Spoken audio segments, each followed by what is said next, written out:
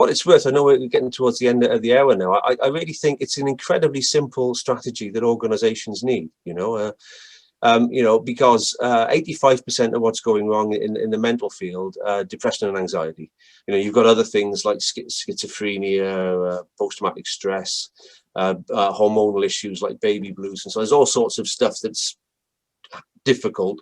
But for 85% of the people out there who are struggling, it's a flicking between anxiety and depression. That classic cartoon, of spending too much time thinking about things that have already happened, which is unproductive because it's already gone. Get back in the present, or thinking about too much about things that might happen.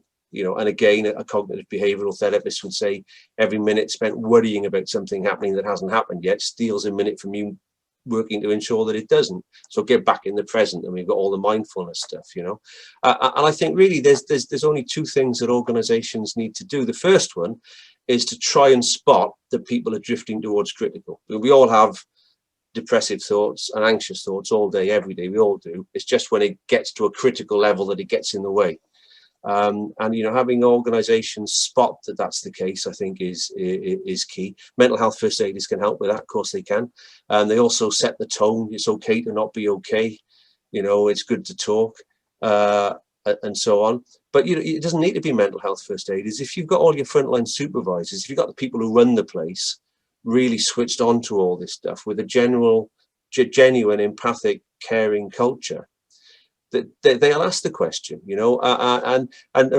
so sorry to plug the new book, but the old book was about talking safety, and it was introduce yourself, set the tone, analyze, do some coaching, and so on, boom, boom, and the new book really says introduce yourself and set the tone. Ask people if they're okay, but you're going to get the answer, yes, I'm fine, thank you. Of course you are, you always do. So once you've done some analysis and some coaching and you've built a rapport, before you go, then revisit that simple question. And are you okay? Because now you might actually get a conversation going. Just stopping people and asking them is you just get the formal answer, don't you? Press and play. So if you can generate a culture where people do talk and disclose and be honest and open, obviously you've got a blame culture. Everybody's fine, thank you. Yeah? That's something. And the second thing is just to create an organization that keeps people in the middle, that generates the benefits of good work is good for you, because it's your job is tailored to you best it can be. Your supervisor is caring and constructive and not a risk factor and a stressor.